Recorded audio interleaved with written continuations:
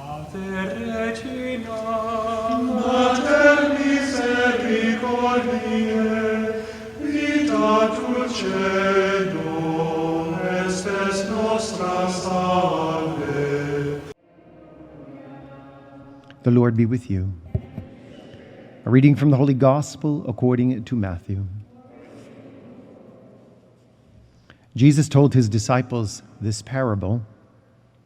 The kingdom of heaven is like a landowner who went out at dawn to hire laborers for his vineyard.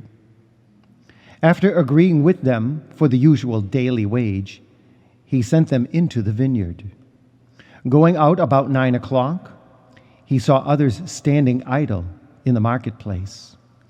And he said to them, "You too go into my vineyard, and I will give you what is just." So they went off. And he went out again around noon, and around 3 o'clock, and did likewise going out about 5 o'clock. He found others standing around, and said to them, "Why do you stand here idle all day?" They answered, "Because no one has hired us." He said to them, "You too go into my vineyard." When it was evening, the owner of the vineyard said to his foreman, "Summon the laborers and give them their pay, beginning with the last and ending with the first." When those who had started about 5 o'clock came, each received the usual daily wage. So when the first came, they thought that they would receive more, but each of them also got the usual wage. And on receiving it, they grumbled against the landowner, saying, "These last ones worked only 1 hour, and you have made them equal to us, who bore the day's burden and the heat." He said to them in reply, "My friend, I am not cheating you. Did you not agree with me for the usual daily wage? Take what is yours and go. What if I wish to give this last one the same as you? Or am I not free to do as I wish with my own money? Are you envious because I am generous? Thus the last will be first, and the first will be last." The Gospel of the Lord.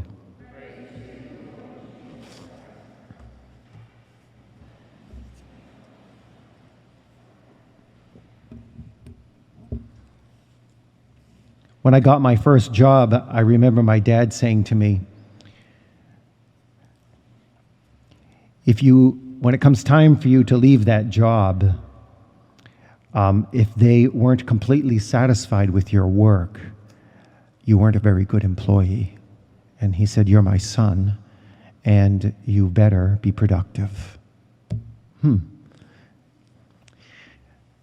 So you have good employees and bad employees. Jane's shaking her head because she has a business, yes. So the bad employees are these shepherds in the prophet Ezekiel. They take care of themselves, not the master's wishes. They do what they want. They're doing nothing to advance their position.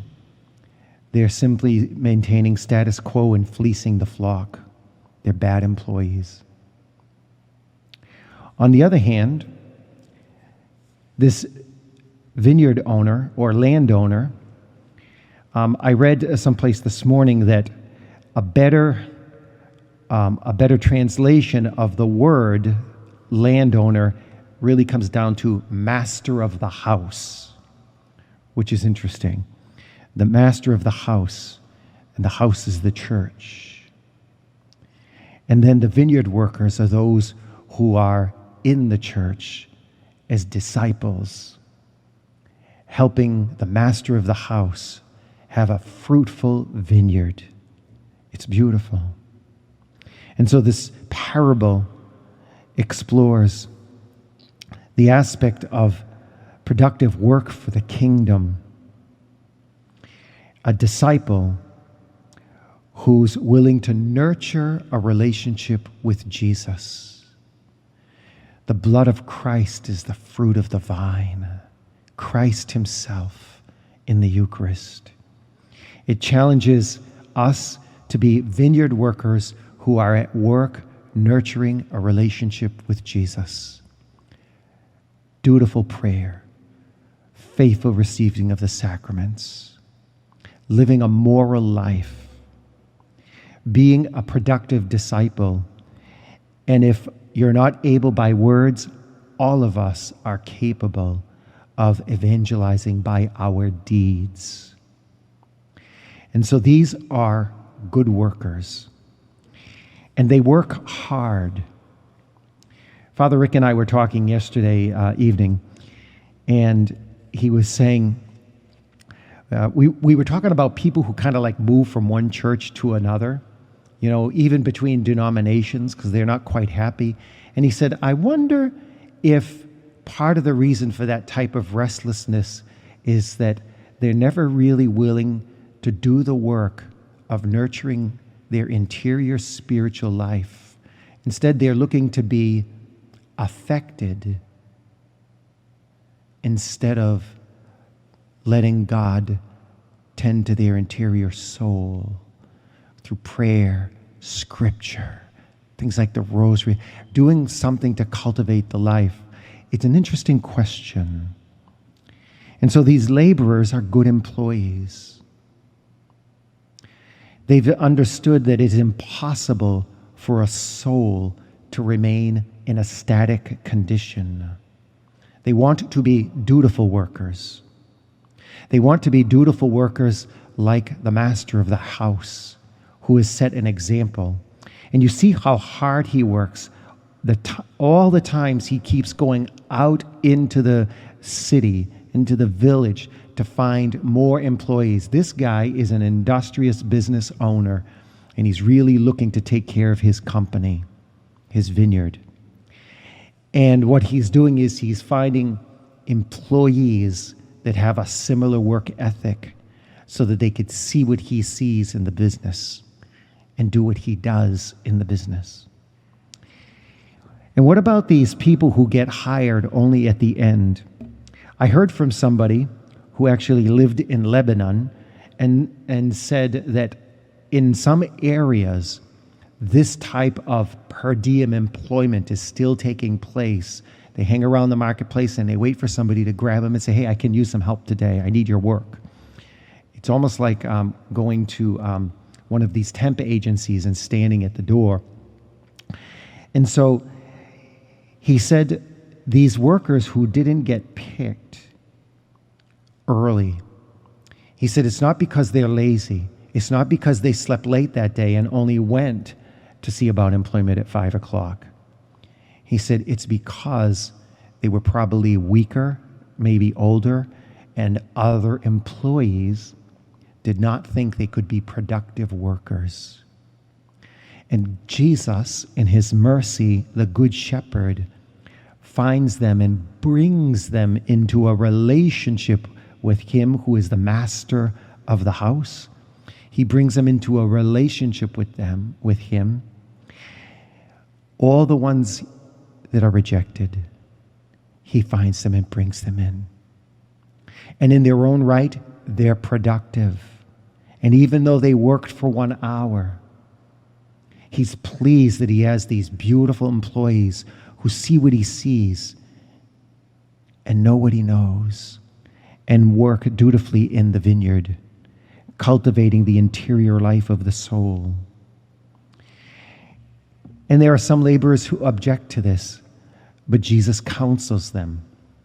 And again, they're good employees, so as I was reading this, I was thinking, I suspect that these good employees, once Jesus spoke to them about what was going on, I'd like to think optimistically that they got it. And what happens is they're being invited to come to see what he sees in these employees who've been marginalized and unaccepted, and he has welcomed them. And now he calls them to be like the master of the vineyard and say, yes, we welcome them too, because that's what a disciple does. the fruit of the interior life of faith becomes manifest in loving our neighbor as ourselves. And the task of discipleship is to create a communion with our neighbor and love them as the Lord loves them. And so these marginalized people who are hired late, the goal of the vineyard owner is to get them to be received by his good employees and welcomed into a communion and make for a stronger workforce in the end, where he can say to all of them, come and share your master's joy. And the first will be last and the last will be first. Yes, because the ones who've been working in the kingdom all this time, the long part of the day, they have helped elevate this group who have not been wanted. They have elevated them, and like Christ on the cross, placed us before himself by sacrificing his life. And so these employees who've been there for the heat of the day, offering themselves as a living sacrifice to elevate this group of employees who comes late, were marginalized by people, and now they are lifted up in the community and in the communion of faith. Regina Celi, letare, alleluia, qui aquam meruisti portare, alleluia, resurrexit sicut dixit, alleluia, ora pro nobis Deum, alleluia.